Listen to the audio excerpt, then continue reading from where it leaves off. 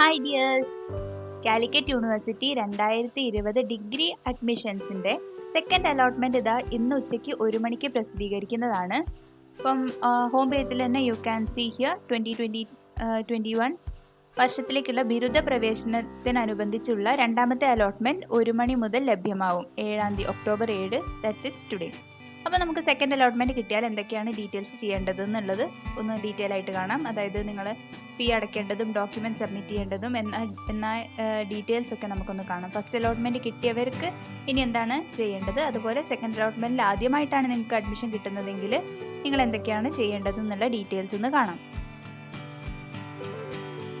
So ഇത് Calicut university directorate of admission പ്രസിദ്ധീകരിച്ചിട്ടുള്ള പത്രക്കുറിപ്പാണ്. അപ്പം ഇന്ന് 7/10/2020 ഉച്ചയ്ക്ക് 1 മണിക്കായിരിക്കും സെക്കൻഡ് അലോട്ട്മെൻറ്റ് പബ്ലിഷ് ചെയ്യുന്നത്.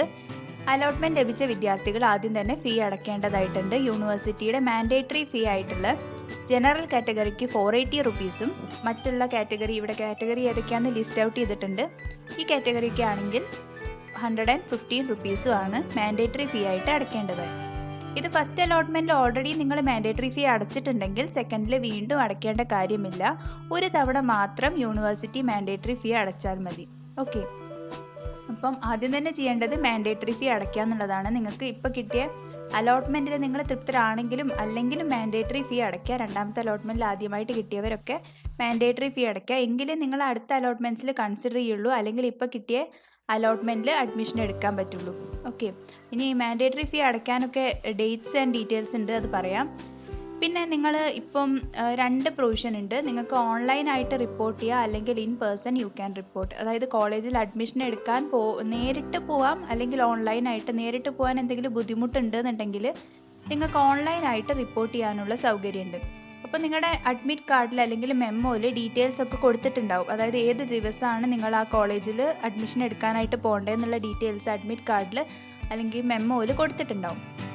പക്ഷെ അത് മാത്രം നോക്കിയിരിക്കാതെ നിങ്ങൾ ഉടനെ അഡ്മിറ്റ് കാർഡ് മെമ്മോ കിട്ടിക്കഴിഞ്ഞാൽ ഉടനെ തന്നെ ആ കോളേജിനെ ബന്ധപ്പെടുക. അപ്പം കോളേജ് പറയുന്നതായിരിക്കും നിങ്ങൾ ഏത് സമയത്താണ് അവിടെ നേരിട്ട് റിപ്പോർട്ട് ചെയ്യാനാണ് നിങ്ങൾ തയ്യാറാണെങ്കിൽ അത് എപ്പോഴാണ് എന്നുള്ളത് കോളേജ് പറയുന്നതായിരിക്കും. അപ്പം അതിനനുസരിച്ച് നിങ്ങൾ ആ കോളേജിൽ പോകേണ്ടതാണ്. ഇനി അതല്ല, നിങ്ങൾക്ക് നേരിട്ട് പോകാൻ ബുദ്ധിമുട്ടുണ്ടെന്നുണ്ടെങ്കിൽ ആ കോളേജിനെ അറിയിച്ചാൽ മതി. ഓൺലൈനായിട്ട് റിപ്പോർട്ട് ചെയ്യാനുള്ള ഒരു സൗകര്യം അവർ ചെയ്തു തരുന്നതാണ്.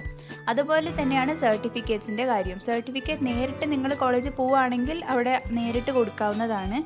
അല്ല, ഓൺലൈനായിട്ടാണ് നിങ്ങൾ റിപ്പോർട്ട് ചെയ്യുന്നതെങ്കിൽ ഈ സർട്ടിഫിക്കറ്റ്സ് അപ്ലോഡ് ചെയ്യാനുള്ള പ്രൊവിഷൻ നിങ്ങൾക്ക് തരുന്നതായിരിക്കും. അപ്പോൾ ഈ രീതിയിലാണ് നിങ്ങൾ അഡ്മിഷൻ എടുക്കേണ്ടത്. ഇനി നിങ്ങൾക്ക് ഈ ഡോക്യുമെൻറ്റ്സ് കോളേജിൽ സബ്മിറ്റ് ചെയ്യാനായിട്ട് ലാസ്റ്റ് ഡേറ്റ് പറഞ്ഞിട്ടുള്ളത് 15/10/2020, 15 ഉള്ളിൽ നിങ്ങൾ എല്ലാ ഡോക്യുമെൻറ്റ്സും അവിടെ എത്തിക്കേണ്ടതാണ്. അപ്പോൾ ഇപ്പോൾ കയ്യിൽ ഏതെങ്കിലും ഡോക്യുമെൻറ്റ്സ് ഇല്ലയെന്നുണ്ടെങ്കിൽ വളരെ പെട്ടെന്ന് തന്നെ അത് തയ്യാറാക്കിയിട്ട് 15/10 ആ കോളേജിൽ ഹാജരാക്കേണ്ടതാണ്. സോ എല്ലാ രേഖകളും നിങ്ങൾ കൊടുത്തു എന്നുള്ളത് ഉറപ്പുവരുത്തേണ്ടതാണ്.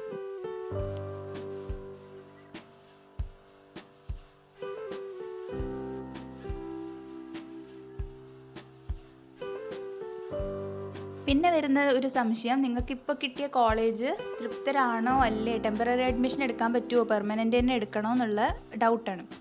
അപ്പോൾ ഇനിയും നമുക്ക് ഫർദർ അലോട്ട്മെൻറ്റ്സ് ഉണ്ട്. 3rd 4th അലോട്ട്മെൻറ്റ് ഉണ്ടെന്ന് കാലിക്കറ്റ് യൂണിവേഴ്സിറ്റി ഓൾറെഡി മുന്നേ പറഞ്ഞിട്ടുണ്ട്. അപ്പോൾ അതുകൊണ്ട് തന്നെ സെക്കൻഡ് അലോട്ട്മെൻറ്റിൽ നിങ്ങൾക്ക് വീണ്ടും ടെമ്പററി അഡ്മിഷൻ എടുക്കാനുള്ള പ്രൊവിഷൻ ഉണ്ടാവും. അപ്പോൾ ഇപ്പോൾ കിട്ടിയ ഓപ്ഷൻ നിങ്ങൾ തൃപ്തരാണെങ്കിൽ ആ ഓപ്ഷനിൽ പെർമനൻ്റ് അഡ്മിഷൻ എടുക്കാവുന്നതാണ്. അതായത് കോളേജിൽ അഡ്മിഷൻ എടുക്കുമ്പോൾ പെർമനൻ്റ് എന്ന് കൊടുക്കുക, എന്നിട്ട് ഡോക്യുമെൻറ്റ്സ് ഒക്കെ സബ്മിറ്റ് ചെയ്യുക, കോളേജിൽ അടയ്ക്കാനുള്ള ഫീ അടയ്ക്കുക. ഇതൊക്കെയാണ് പെർമനൻ്റ് അഡ്മിഷനാണ് നിങ്ങൾ എടുക്കുന്നതെങ്കിൽ ചെയ്യേണ്ടത്. ഇനി നിങ്ങൾക്ക് ഇതൊന്നും അല്ല, ടെമ്പററി അഡ്മിഷൻ ആണെങ്കിൽ നിങ്ങൾ ആ കോളേജിലേക്ക് അറിയിച്ചാൽ മതി. ഇത് ടെമ്പററി അഡ്മിഷനാണ്, അടുത്ത അലോട്ട്മെൻറ്റിൽ എന്നെ പരിഗണിക്കേണ്ടതാണെന്നുള്ളത് കോളേജിൽ അറിയിച്ചാൽ മതി. അപ്പോൾ അതിനനുസരിച്ച് നിങ്ങൾ ടെമ്പററി ആണോ പെർമനൻ്റ് ആണോ അഡ്മിഷൻ എടുക്കുന്നത് എന്നുള്ളത് നിങ്ങൾ കറക്റ്റായിട്ട് കാണിക്കേണ്ടതാണ്. ഇനി ടെമ്പററി അഡ്മിഷൻ ആണെങ്കിൽ നിങ്ങൾ കോളേജിൽ അടയ്ക്കേണ്ട ഫീ ഒന്നും അടയ്ക്കേണ്ട കാര്യമില്ല. അത് പിന്നീട് എപ്പോഴാണ് നിങ്ങൾ പെർമനൻ്റ് അഡ്മിഷൻ എടുക്കുന്നത് അന്ന് മാത്രം നിങ്ങളുടെ കോളേജ് ഫീ അന്ന് അടച്ചാൽ മതി. അതായത് ഇനി അടുത്ത അലോട്ട്മെൻറ്റിൽ നിങ്ങൾക്ക് വേറൊരു കോളേജാണ് കിട്ടുന്നതെങ്കിൽ നിങ്ങളിപ്പോൾ അടച്ച ഫീ വെറുതെ ആവില്ലേ. അപ്പോൾ അതുകൊണ്ട് തന്നെ ഇപ്പം നിങ്ങൾ കോളേജിൽ ഫീ അടയ്ക്കേണ്ട കാര്യമില്ല ടെമ്പററി അഡ്മിഷൻ ആണെങ്കിൽ. അപ്പോൾ ടെമ്പററി അടുത്ത പ്രാവശ്യം നിങ്ങൾ എപ്പോഴാണ് നിങ്ങൾക്ക് പെർമനൻ്റ് അഡ്മിഷൻ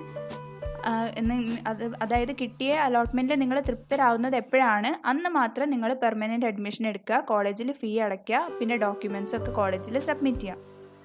അപ്പോൾ ഇതാണ് ടെമ്പററി അല്ലെങ്കിൽ പെർമനൻറ്റ് അഡ്മിഷൻ എടുക്കേണ്ട രീതി.